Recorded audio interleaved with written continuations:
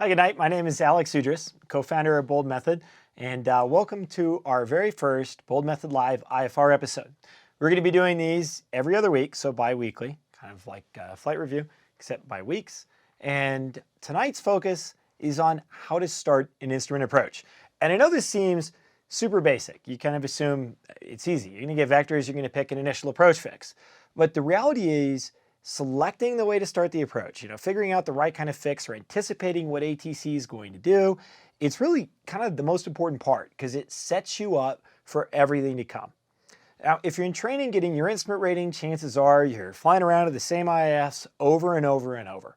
But as you start flying the instrument world and cross countries, choosing IAFs becomes much bigger. It's not just choosing one that's close to you, it's anticipating what ATC is going to do.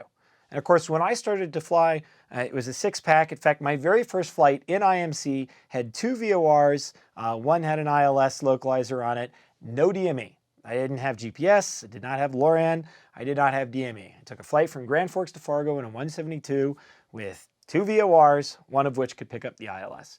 And I used cross radials to figure out where I was in the Victor Airway. I just wanted to try it. I could tell you that after that, I loved having DME. But today, of course, you've got distance information all the time. Most IFR aircraft are RNAV equipped.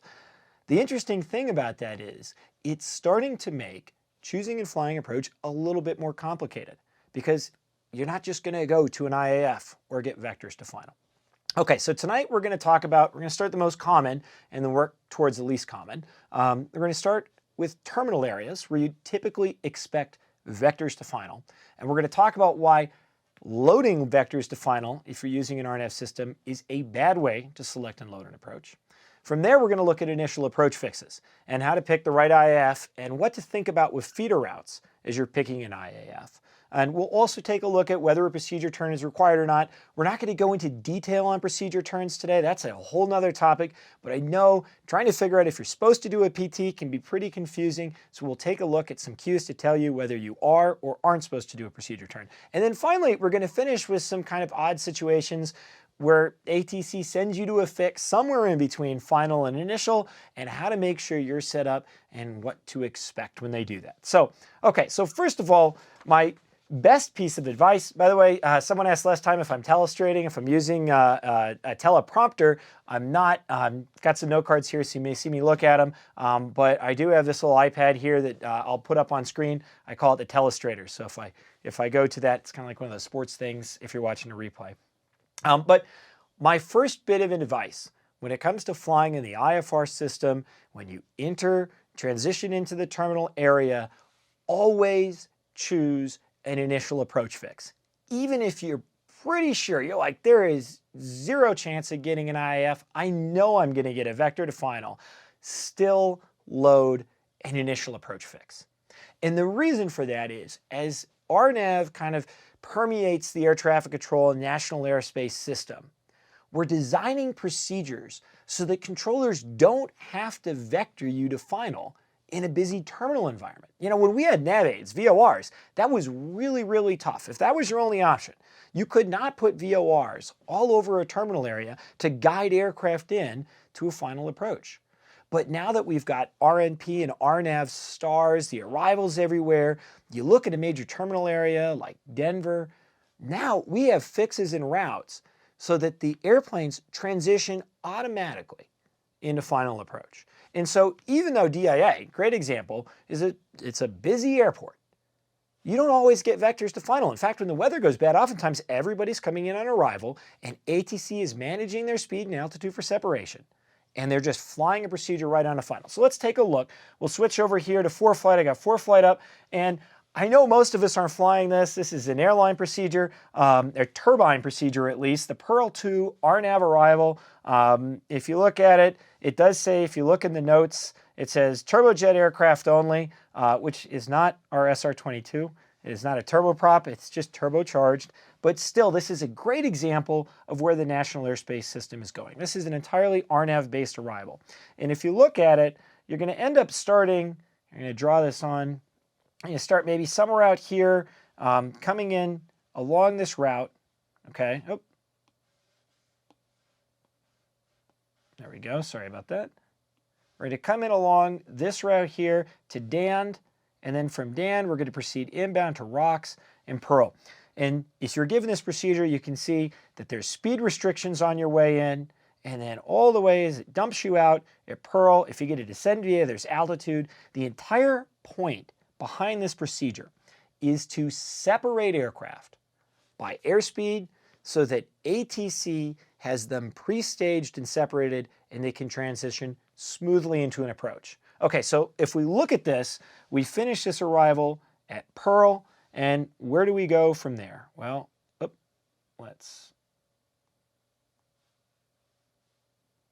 take a look at the ILS runway 35 right, Cat 1 or Cat 2 and 3 in Denver. And I know, again, most of us aren't going to shoot this procedure, but it's a good example of where the National Airspace System is starting to go. So if we looked at this left panel over here, you can see Pearl now. Right there, that's the initial approach fix. And then from there, it's going to feed you into Dory, the initial fix, and that lines you right up on final for the ILS to runway 35 right. So this procedure, that RNAV arrival, all the way into DIA, hopefully, if there aren't thunderstorms and you can safely fly the entire route, ATC won't have to vector you. Of course, perfect world, you still end up getting a lot of vectors, especially when it's visual, but when they're using that ILS, you'll see a lot of aircraft on that arrival transitioning in. Okay, so a lot of you are like, yeah, okay, great, that's an airline thing, a turbine thing. I don't fly a turbine. Absolutely, I don't fly a turbine either. But I do fly in a Centennial, and you might end up on the Zombies. Centennial, so we'll go ahead and take a look at that.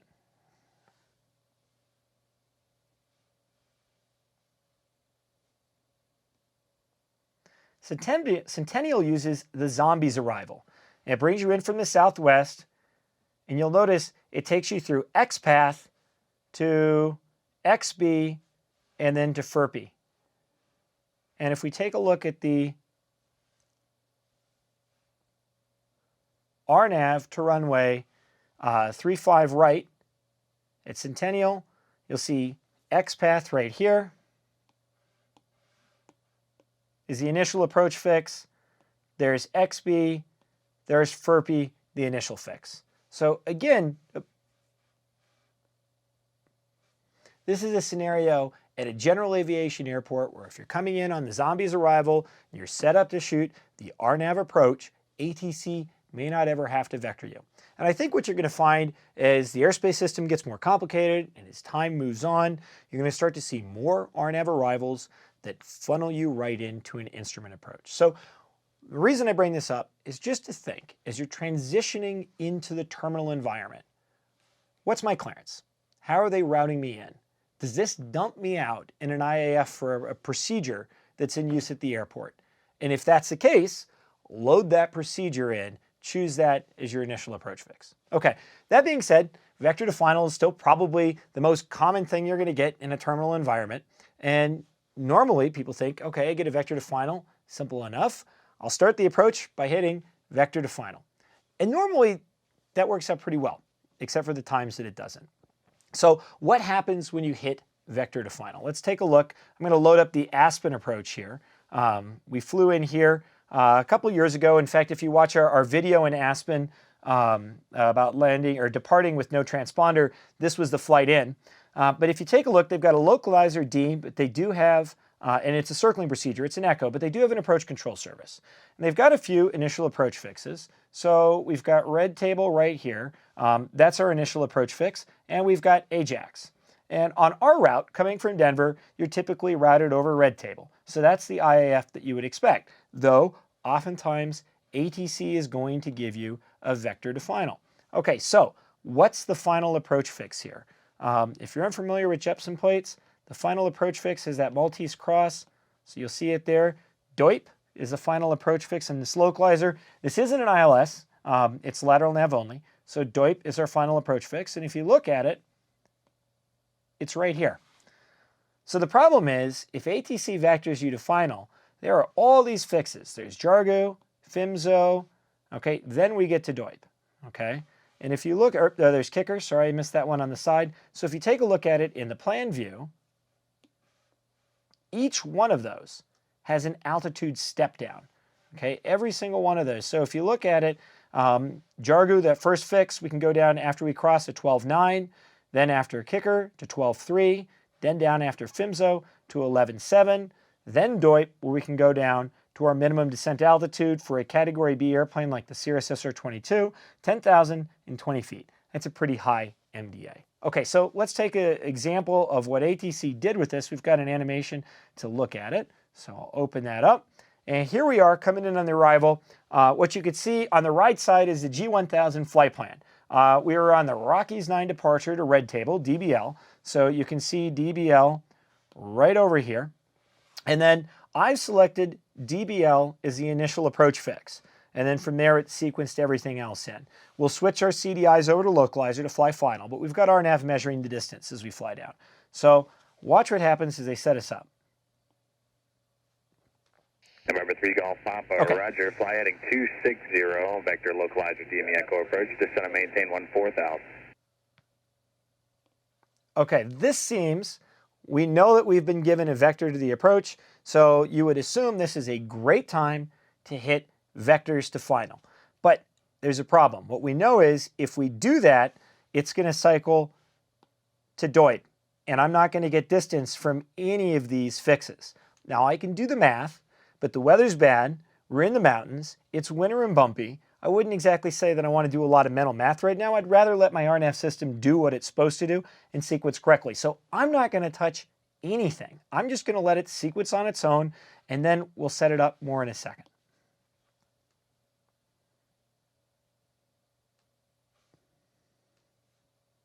November 3 Golf Papa, turn left heading 240, descend and maintain 13,000. Okay, so what you can see has happened is the GPS has seen us pass Red Table, and it's automatically picked up our route from, sorry, I'll circle that a little better, from Red Table to Jargu. And so it is giving us correct distance from Jargu. That's helpful. Right here is where we end up in trouble. The GPS cycles to kicker, and I still want my distance from Jargu. So we'll take a look what to do here in a second. 3 Golf Papa, 5 miles from Jargu, turn left heading 180, maintain 13,000 until established on localizer, cleared localizer, DME Echo approach.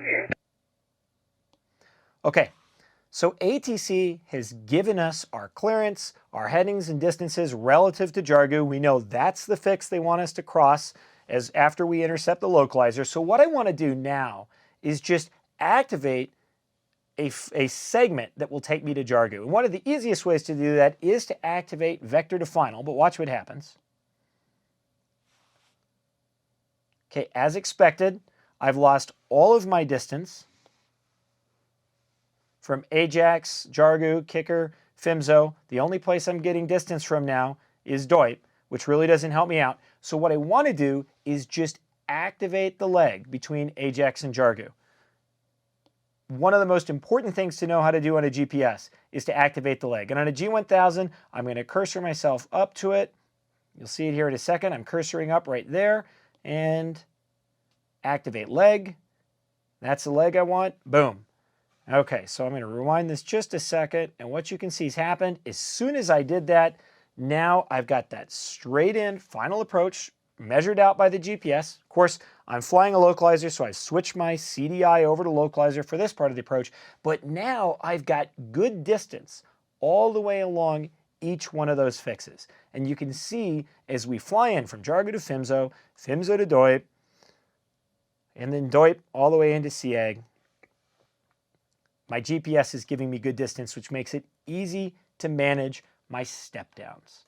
Okay, so the reason I want to bring that up, most ILSs or localizers don't have that many step downs, but you will find them, especially in areas of high terrain, or if you're in an area where it's really, really busy and they're kind of, or flowing traffic above and below you. And so one of the questions you always want to ask yourself before you punch activate vector to final is, okay, where is the final approach fix? Once they turn me on to that final approach course, are there any fixes in the middle that I'm going to need to measure distance from? And if there are, know how to go back and activate the leg. or just tab into your flight plan if that leg's already there and activate it. Learning how to activate a leg on your GPS or RNAV system is one of the most important features that you can have. In fact, if it cycles too early or you get turned off and you have to reset an approach, you can just reactivate a past leg and you're all set back up to go. So again, when we talk about starting approach, pick an initial approach fix, know how to activate vector to final if you need it, and then reactivate a leg so that you've got the right distance. Okay, let's take a look at a more common kind of approach, and we'll take a look at the localizer in Telluride. We'll look at a standard beginning the approach and an initial approach fix. So Telluride has a couple of different approaches. Actually, before we go to Telluride, sorry, let's jump into Cortez, because Cortez gives us a really good example here of why we may not always want to go direct to an initial approach fix. Okay, so let's take a look at Cortez in the maps. Cortez is kind of on the southwestern Colorado plains. You can see it here. That's Cortez, that's Telluride, and Denver, Colorado Springs and Denver over here. And one of the problems with Cortez is this large mountainous area off to the northwest. The winds favor runway 21 most of the time, and so you're going to be making your approach to the southwest.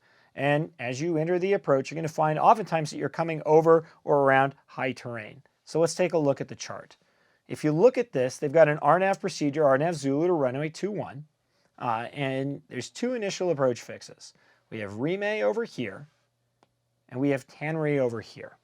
Okay, so if you look at the altitude at Rime, once you cross Rime, you can descend to 9,100 feet. From there, the step downs are actually a little more aggressive than you think. You go down to 8,500 on a basically 4-mile leg to Pamui. Then from there to Atemi, you drop another 500 feet, and then you take yourself all the way down to your usually LPV MDA, or DA decision altitude of 6,215 feet. The challenge with this procedure is crossing Rime in an altitude that will let you actually get down to 9,100 feet. And the reason for that is because if you're coming in direct, pretty typical in an RNAV world, you're coming in over the mountains. And when you do that, you're going to find that their minimum vectoring altitudes are incredibly high. So you can see in this area right here, it's roughly 15,000 feet. And you've got to lose 15,000 feet, in about, or from 15 to 9. So 6,000 feet, maybe 13 miles, that's roughly where you would be. And in an airplane like an SR-22 Turbo, the problem that we run into is I can't keep the CHTs in the green if I try to make a descent coming out of the northwest. So we did a video to show this, and what I've got here is an animation, a simulation, and the ATC calls, and you can see what happens. Okay, so let's pull up that video.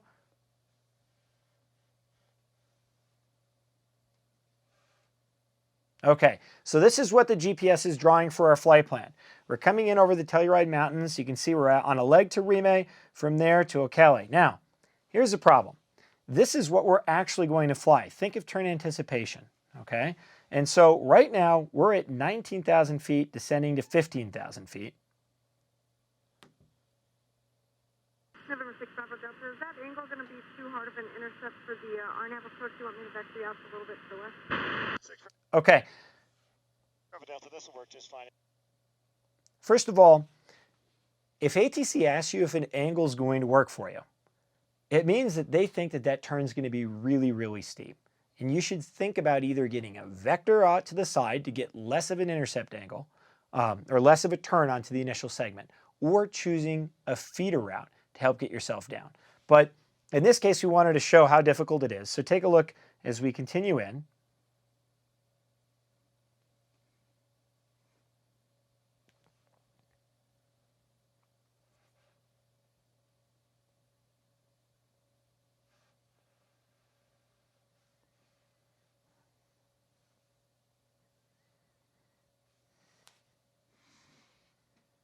November 6 Bravo Delta, just going to maintain 14,000.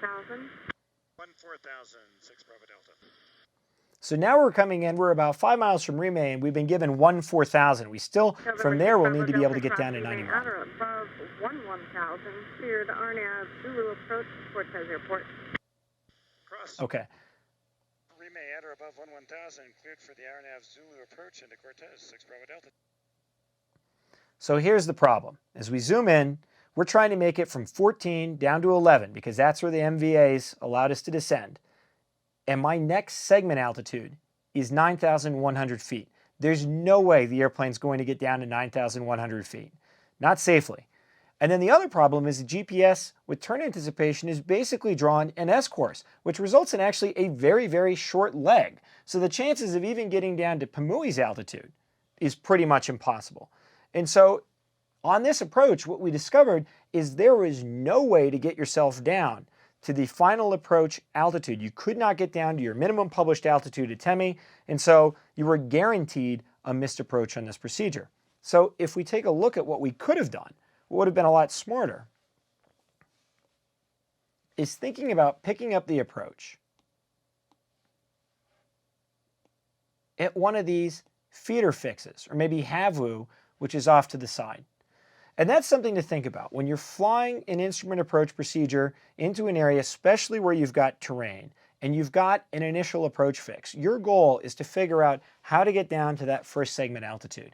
And keep in mind that ATC's minimum vectoring altitude, depending on where you're coming in from, might end up with a fairly high crossing restriction, which means that you can't get down to your initial segment altitude. So again, if you're coming up from somewhere that's high, you've got a lot of terrain, it makes sense to look for and find a feeder route, because now you're on a published route, it makes it a lot easier to make that descent.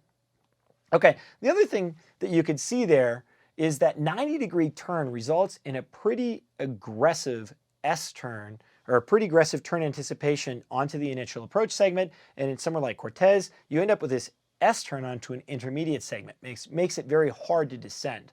And so that brings up something people see oftentimes on initial approach fixes. This initial approach fix is not authorized for Victor XXX northwestbound or southwestbound. So why does that happen? Well, let's take a look at Telluride. There's two good examples on why an IAF may not be authorized. Okay, we're going to start with a localizer to runway 9. You can see here there is one initial approach fix. In this case, it is cones right here, which is a VOR. If you're not familiar with the Jepson plate, this thin-lined holding pattern, that's a missed approach hold. It's not part of the actual initial approach procedure, so it's not a procedure turn. So normally what you do is you go to cones, you go to Kodlo, from there into Zabgu, and there into Sexep, and you'd end up, hopefully, landing at Telluride. But you'll notice that there's a note down here. Procedure is not authorized for arrivals at Cones VOR on Victor 382 northwestbound. Okay, so let's take a look at that. Here we are coming in on Victor 382 northwestbound. And if you take a look at this turn, you end up with this super sharp 145-degree turn from your course along the Victor Airway to Cones to the initial segment. So on a traditional NavAid procedure, the procedure designers can't give you a turn of more than 120 degrees. This one's 145, and that's why it says procedure is not authorized for arrivals on ETL or at ETL VOR on Victor 382 northwestbound. So as you watch it, you can see the amount of turn you'd have to do. It's a huge turn to get established on the initial approach segment. Pretty much impossible. That same thing is true when we look at RNAV procedures, except it's a 90-degree limitation as opposed to 120. So let's take a look at the RNAV Zulu. Same airport, we're going into Telluride, and if you look at the notes here, it says procedure is not authorized for arrivals at Havu on Victor 187 southeastbound. So if you're looking at Havu, it's a fix out in the en-route structure. If we're on the Victor, from there you can also see that Havu is depicted on the chart. It's got a feeder route, 1300, no PT, but the turn from Havu to ETL is 99 degrees. It exceeds that 90-degree limit. So procedures designers want to design something where the turn would take less than that, so you don't end up with as much turn anticipation, and it makes it easier to get established on the segment and make your way in. Otherwise, the turn is fairly difficult.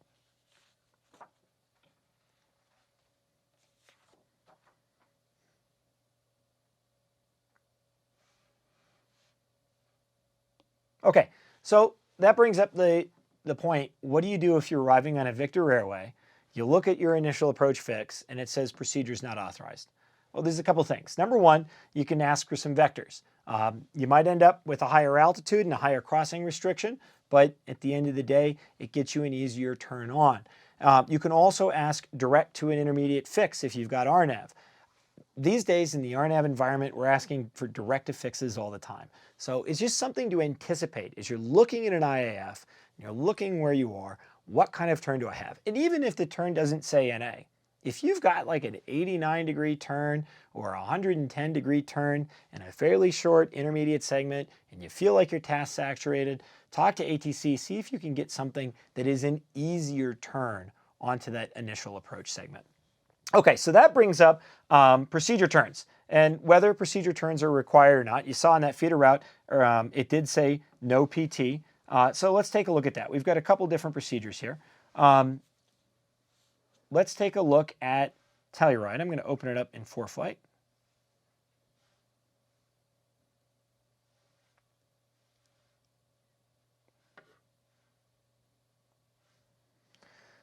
So this is a question we get all the time.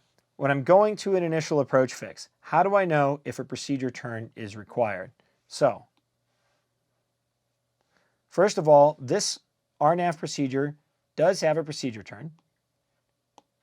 It's the holding pattern right here. And we have 3 different initial approach fixes. And I had misspoke earlier. HAVU is an initial approach fix, so it's not a feeder route there. It's an actual initial segment. You have one coming in from HAVU, one coming in from ECNOF, one coming in from DAYUK. Okay, so if you look at this, and then cones is an intermediate fix and an initial approach fix. ECNOF and HAVU are initial approach fixes. DAYUK is just a feeder fix. If you look at ECNOF, it says no PT. HAVU says no PT. This guy here doesn't say no PT. And if you go direct to cones, it also doesn't say no PT. So a question we oftentimes get is if I'm direct to cones on a course that basically parallels or is the exact same as the holding pattern, do I still need to do the procedure turn? And the answer is yes. ATC's still going to expect you to fly 1 revolution in that holding pattern. Of course, there is a solution. And the best solution in that case is to ask for a straight-in approach. And it's something that we don't always think about, but ATC oftentimes can clear you for a straight-in approach. The problem is, if you don't execute a procedure turn, you may not end up at the right altitude that you need to make your next descent gradient. You might not end up, you could end up off course, too great of a turn to make it on a course.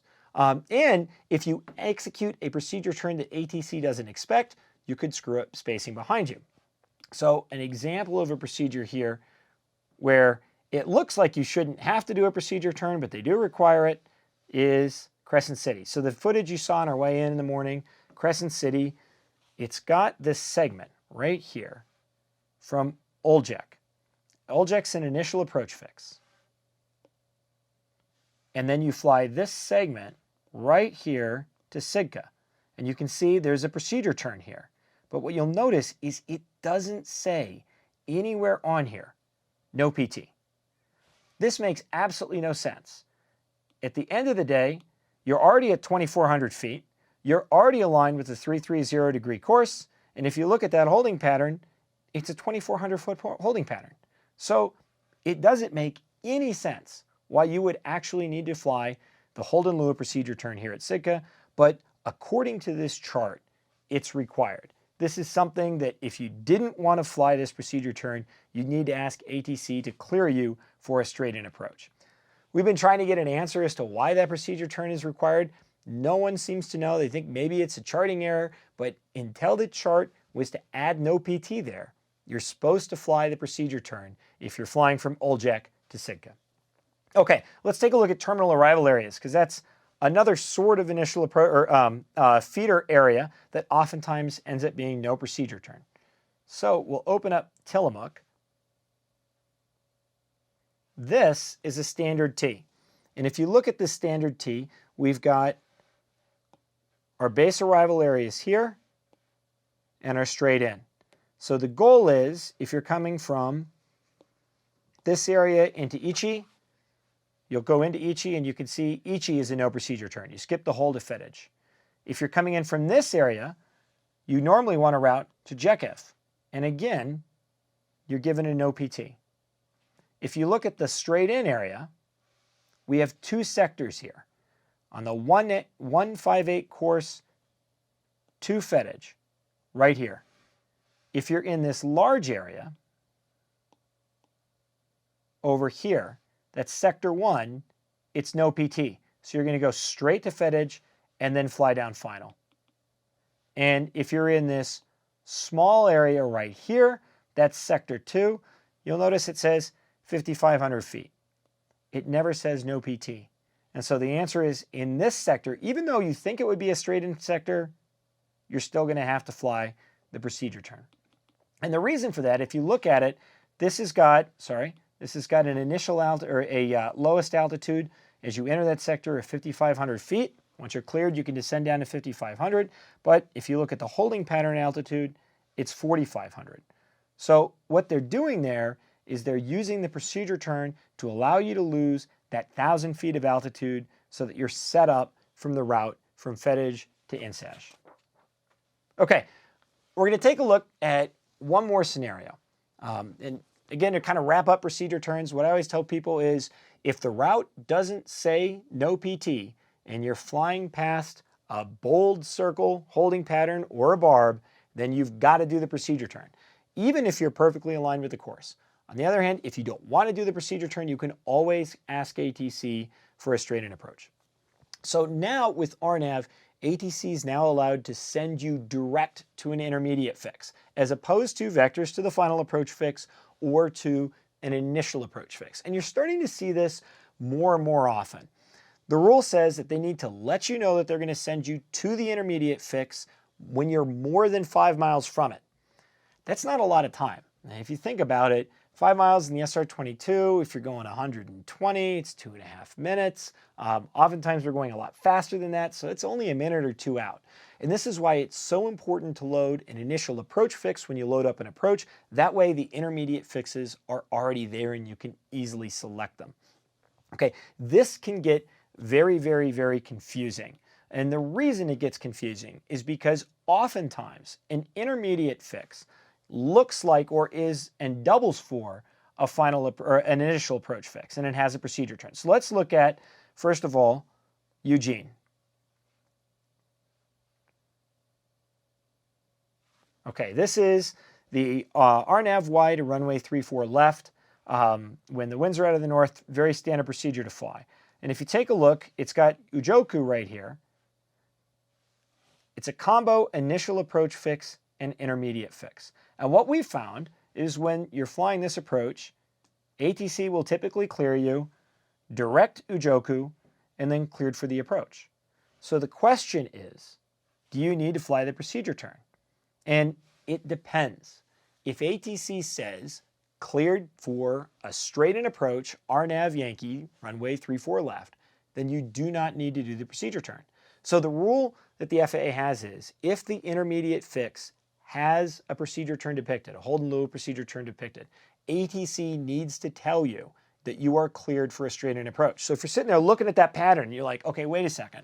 I know they can send me to an IF, and it doesn't make sense that they want me to do the turn. Did they say cleared straight in? If they didn't, and you don't want to fly the procedure turn, just ask them. Say, hey, can I get clearance for a straight-in approach? And oftentimes they'll say, yep, cleared straight-in approach. In fact, oftentimes air traffic controllers can be just as confused as pilots. We've talked to quite a few that said, oh, I thought you guys had a choice. You know, you could choose to do it or not. And the reality is that's never true. If it's posted and it doesn't say no PT and they don't say straight in, you need to fly it. So if you're looking at that intermediate fix and you're going, okay, they've cleared me direct, can I just get it straight in? Just ask for it. And then another scenario, the exact same thing, except this time at Salinas. What you can see here, this is a case where we've been cleared direct to JECO. Let me show you the procedure in ForeFlight.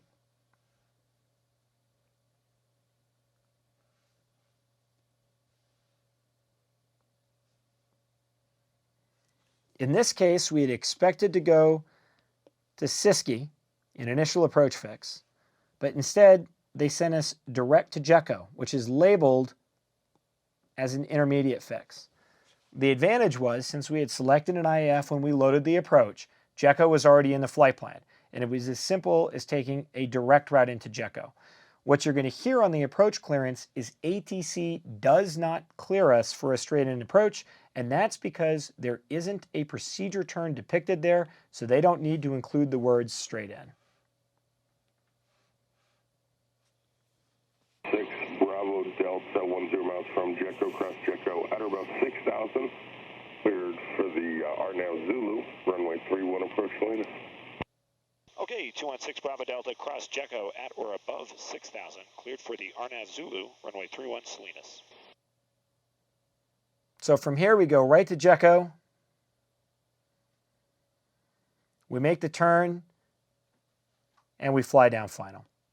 So to kind of wrap this summary up, one of the things that I want you to take home from this is when you're choosing an approach, even when you expect vectors to final, in Salinas, we've got approach control there. It's right by Monterey in California. I had expected vectors to final.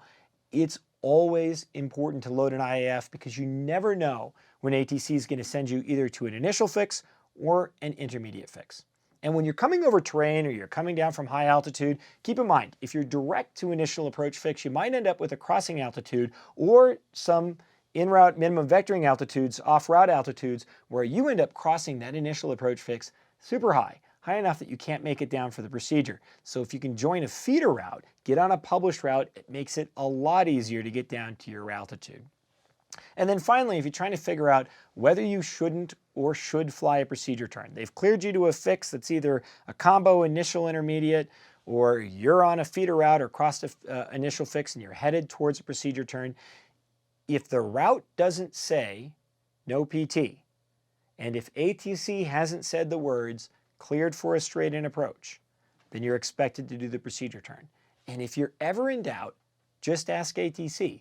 If you want a straight-in clearance, just say, hey, Center 6 Bravo Delta, can I get a straight-in approach too? If they can give it to you, they will. Otherwise, you're stuck with a procedure turn. Okay, so I know this is a complicated topic. I'm sure there's probably a few questions out there. We do have a couple questions. Okay, so to start off here, Don Morrow asked a question, and I think this kind of goes back to the CEZ approach. Could you have just slowed down to make the turns onto that approach and make it work? That's actually a great question, Don. So let me pull that approach. Okay, we were on our way in. I'm going to pull up the pen. We were on our way into Remay. The problem was we were going about as slow as we could, and we already had our flaps in the SR-22 set to 50%. It was a very cold day. It was winter, and we were coming out of the flight levels. So the problem that I had was I had my power back to about 40%, which was low enough that I could keep the engine still warm and manage descent, and I had my flaps set early to 50%. And so one of the issues that we find, especially flying around the mountains, this happens a lot, is that I don't want to bring my power back so far that my CHTs drop into the white. I know there's a debate on whether shock cooling exists or doesn't exist, but what I definitely know is I like to keep my CHTs green. And in our SR-22 turbo, typically that means on an arrival, I can get my power back to about 40% and no lower. So I do use my flaps to generate as much drag as possible and try to keep it slow. But we were going down about as steep as we could. And I've tried that procedure in VFR conditions a variety of times to try to figure out if there's a way you can make it work. And I can tell you that there are a lot of these where it's like, wow, man, you're just dropping out of the sky. There's no way to keep the engine warm. Joining a feeder route makes it a lot easier. And of course, if you got a turboprop, you can pull that you can pull that torque lever back and drop the flaps. You don't have to worry about cooling the engine and just come down like a rock. But if you're in a jet or a piston, jets, you can pull the power back, but they just can't descend fast. And in a piston, I like to try to keep the engine warm. In that case, there really wasn't a good option. Joining the feeder would have been a lot better. Another question. Okay, next one. This is a little bit outside of the initial fix, but actually a really good question from Mark Skinner. And his question is, if you're going into an unfamiliar airport and ATC clears you for the visual, do you have the option of asking for an approach instead? That is a great question. And I say that because, again, we do a lot of operations in the mountainous areas. And I can tell you, in good, perfectly great weather, and I can tell you that I fly instrument procedures in good weather quite often. You always have the option of asking for a procedure. ATC will clear you for the visual if they think you can get it. If the weather is reported and above minimums, and they're like, yep, looks like you can get it. And they do that out of convenience to you, because a visual is faster for you. It's really not because they don't want the workload. It's just, they're trying to help you out because you don't have to go through all the legs and segments. But there are a couple advantages to asking for an instrument approach.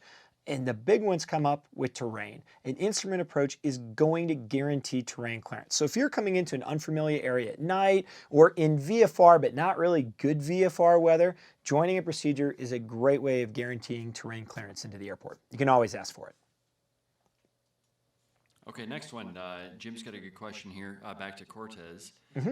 And that is, how do you figure out where the feeder routes are? That's a great question. Okay, so we'll pull up Cortez here. I've got it up right now. So first of all, feeder routes are going to be fixes that are before the initial approach fixes. So I'm using a Jepson chart here, and with an initial approach fix on Jepson, you're looking for this right here. I probably drew that a little too close. It says IAF in parentheses. They're not really big, so you kind of got to look for it a little bit. You can see there's two. There's Tannery right here. So the feeder routes will be published on the chart. So you can see we've got Yervi, Doler. So Yervi goes to Doler and down. Havwu goes to Doler and down. Of course, if you were coming maybe from somewhere up here, you could always ask for direct Doler. They aren't a part of the instrument procedure per se. They're prior to the initial approach fix. So, you could enter that at any point. But the benefit is ATC now has a published route that they can descend you on to guarantee your obstruction clearance. So the other thing to think about is the procedure designers. The procedure designers are going to put a feeder route to initial approach fix anytime the initial approach sort of route, an in-route structure route. Then you're going to end up with feeder fixes or feeder routes coming in from the in-route structure. And actually, North Bend's kind of a good example. Let me pull in number 3 is Emeyer right here. Okay, so if you look at Emeyer,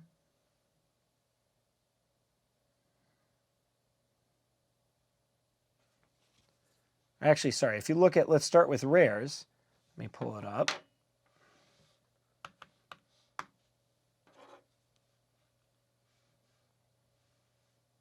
And we'll switch to a low altitude.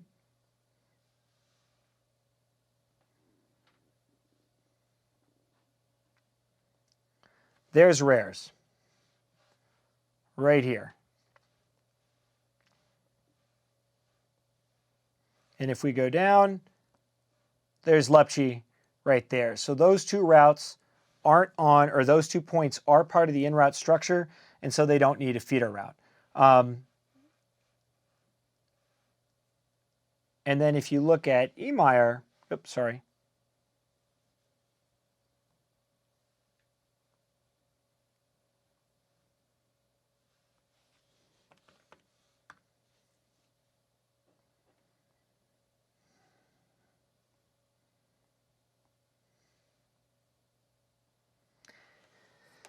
Emeyer is also in an initial approach fix, but let's see. In this case, they don't have any feeder routes going to Emeyer because you could enter it from either rares or Lepchi, and that gives you transitions from the in-route environment. Oh, nope, sorry, I said that wrong. I knew there was one, I just couldn't find it. Here's the feeder route.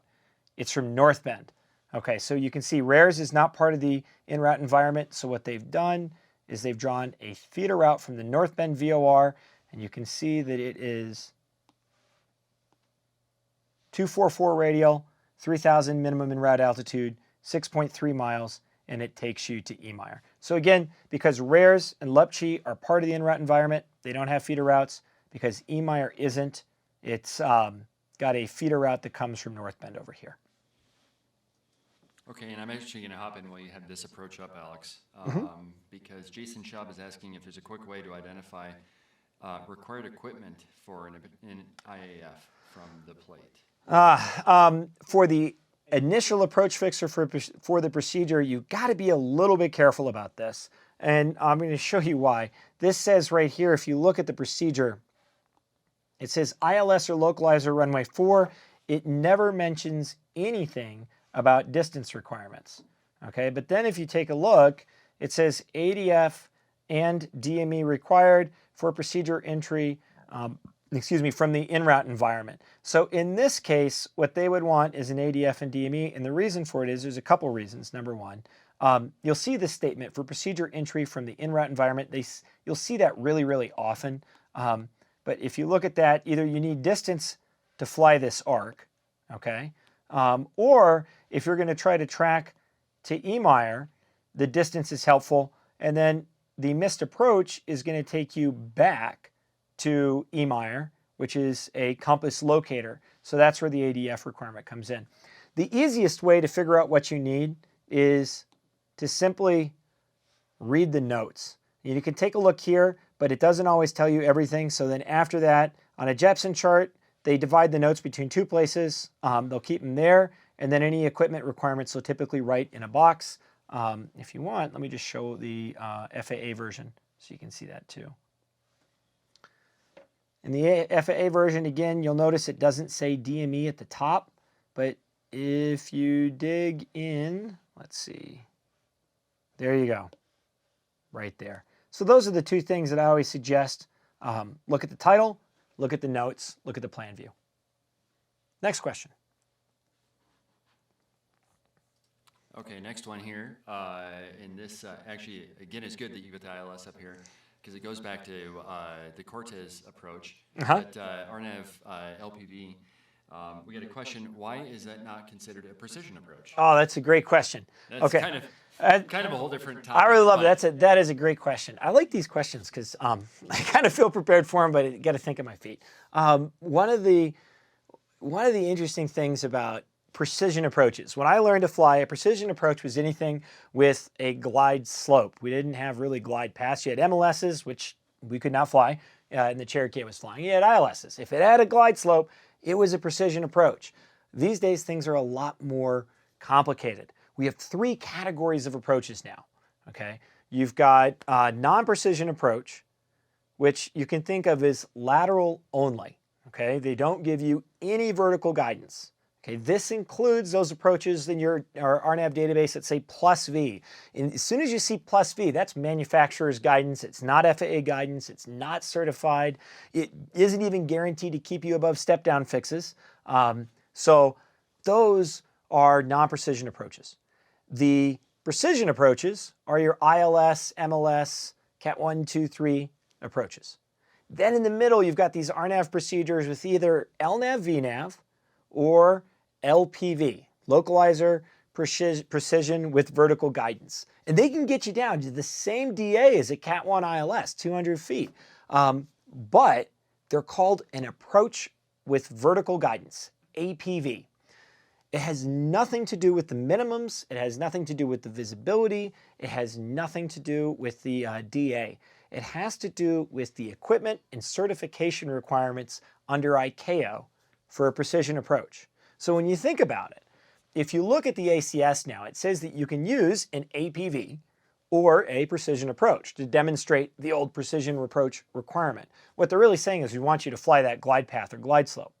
But we've got this new intermediate category because the RNAV procedures don't necessarily meet all the ICAO equipment and certification and requirements for a precision approach, but they can still get you down to 200 and a half in a Category A or B aircraft. And the cool thing about them is you're seeing them everywhere. You see them at Cortez or Tillamook. These are places where you would never see an ILS approach. So to us as pilots, precision or approach with vertical guidance, essentially the same thing. There's an ICAO certification difference that we don't worry about. But to procedure designers, airports planners, there is absolutely a difference. The other thing that I am going to say, I choose an RNAV procedure any day over an ILS. It's not because I'm all about RNAV. I definitely like flying, navigating's navigating to me. But the difference is ILS localizers and glide slopes are subject to interference, and it happens much more than you would think. When we're filming our instrument course, I've seen localizers get the airplane into a turn where I flipped on the autopilot to see what it would do, and we ended up doing Dutch rolls down the final course. And I've picked up glide slope scalloping more times than I can count. The beauty about an RNAV procedure is it is rock solid all the way down to DA. It is better guidance. So if I have the option, if the DAs are the same and the visibility requirements are the same, RNAV every single time. Other question? Okay, here's another one. Scott made a comment. I'm going to kind of turn this into a question. Sure. And actually, it goes back to this ILS that you have up here right now, the ILS into North Bend. It says ADF and DME required. A lot of airplanes now don't have either one of those. How do you fly the approach? The Cirrus that we fly has 2 GPS receivers and 2 VOR localizer, combined VLOC and ILS, or VOR localizer glide slip receivers. No DME, no ADF. And we looked into getting DME put in, and no one was even quite sure how you could do it. So yeah, the days of DME and GA aircraft are kind of going away, at least in the United States. You'll still see them in transport category stuff for a while. But the beauty about it is you can substitute RNAV for VORs and for ADFs. So you can use them to track to or from a VOR, to or from an ADF, measure distance from or to a VOR or ADF, or to a localizer with DME. The only thing you can't use RNAV for is to track a localizer itself. And so this really gets into, okay, if you load the procedure and you start using that RNAV guidance, it says this is for overlay and monitoring purposes only, you can't use it on final. When do you have to switch over off of RNAV? And the answer is, let's take a look at this ILS. I know I'm kind of digging in a little further in this question, but this is one of my favorite kind of topics because it really gets into what you do. If you look at it, what we've got here is a DME arc. And I can use RNAV to navigate this DME arc. I can use RNAV, GPS, to identify this fix right here, Matui, which is basically the end of the arc. Okay, I can even use it to identify EMIRE, because EMIRE is a compass locator outer marker, LOM, which is the same thing as an ADF, just lower power. And I can use my GPS to track to, from, or measure distance from an ADF. But what I can't do is use my GPS RNAV system to navigate laterally along a localizer course. So in this case, I can be in RNAV all the way up till I turn in here. Once I turn in here, now I've crossed Matui, and if we take a look, at that point in time, inbound to least, I'm inbound on the localizer course. And so at that point in time, according to the FAA, I need to swap my needles over from magenta or RNAV needles over to green needles. At that point in time, I'm making the switch. And this can get a little bit tricky. Something to think about when you're flying your airplane. I know our SR-22, it's an NXI version, so it actually shows me the localizer guidance underneath the RNAV when I'm flying RNAV guidance into an ILS, and it will switch on its own over to localizer.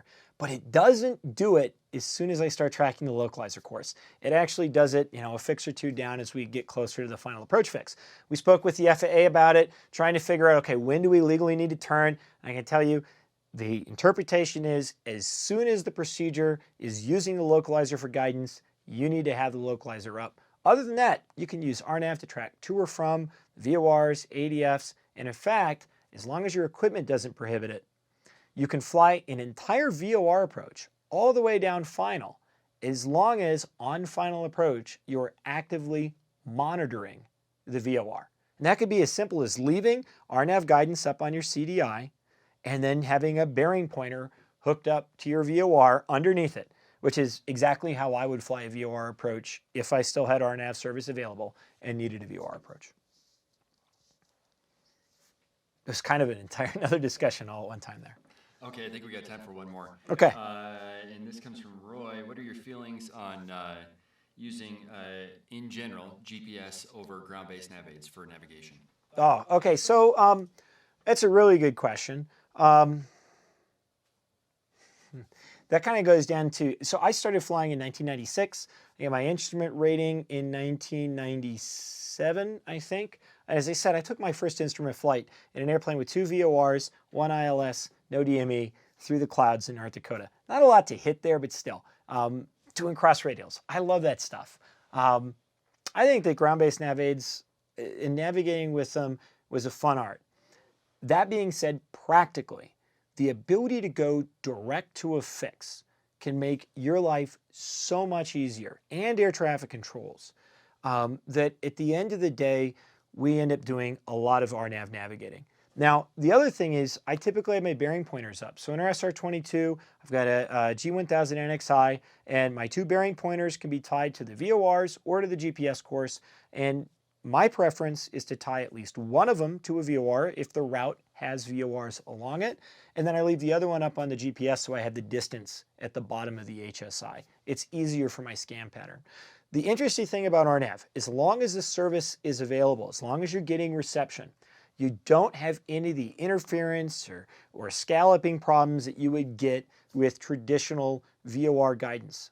And again, we've been filling this instrument course. We've flown quite a few VORs and ILSs, and I can tell you there's a lot of ground reflection and interference, and those courses aren't perfect. There's definitely some needles moving around in multiple aircraft. It's not, it's not the receiver. So the reality is RNAV gives you really efficient routing, and it gives you typically rock solid guidance. Now, everybody asks the question, what happens if you lose RNAV? And that's a fantastic question. That's why we have VORs, and that's why I practice VOR approaches. In fact, one of the things we'll talk about in the instrument course is when you're practicing a VOR approach, does it make sense to practice it with RNAV or not?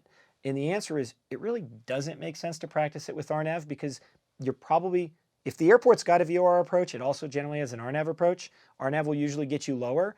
If you're flying the VOR approach, it's because RNAV's no longer available. Your equipment's broken, the satellites are down, there's interference. So at that point in time, you're down to VORs. An interesting procedure we flew is the VOR Alpha. I'll show you here in Newport. This is part of our course that we're coming out with. And this is a perfect approach, the simplest approach you could ever see. But if I was going into Newport and I lost RNAV, that's the only approach I have left to fly, because everything else requires distance information. And all my RNAV, all my distance comes from RNAV. So this is a really great procedure. You're basically going to cross the Newport VOR, track outbound, execute a procedure turn, and inbound. Well, how do you know when to execute the procedure turn? You use a clock. And so we flew that in actual IMC with 1,000-foot ceilings, with the VOR, with the GPS not tied to it. We set the timer, flew the procedure, popped out of the clouds, circled to land. So, again, what I always tell people is RNAV's production, the best way to fly, but we're always asking ourselves, why would I use this procedure? When I go out to train and practice, fly it like I really need it. Take away the system so that if I do lose RNAV, sure, I can fly a VOR and clock it and get down. Okay, I'm getting a signal from Colin. That is the last question. I really enjoyed this. I hope you guys did as well. This is our first IFR live stream. The next one will be 2 weeks from now. So in the chat or via email, send us your thoughts and suggestions. Definitely looking for ways to improve. And also tell us what topics you'd like to hear about next time. There's a ton of stuff in the IFR system, and we're really excited to go over it. So tomorrow night, same time as this broadcast, we're going to do airline career hiring prep. It's not really just airlines. It's kind of a mass group of people, but it's career prep.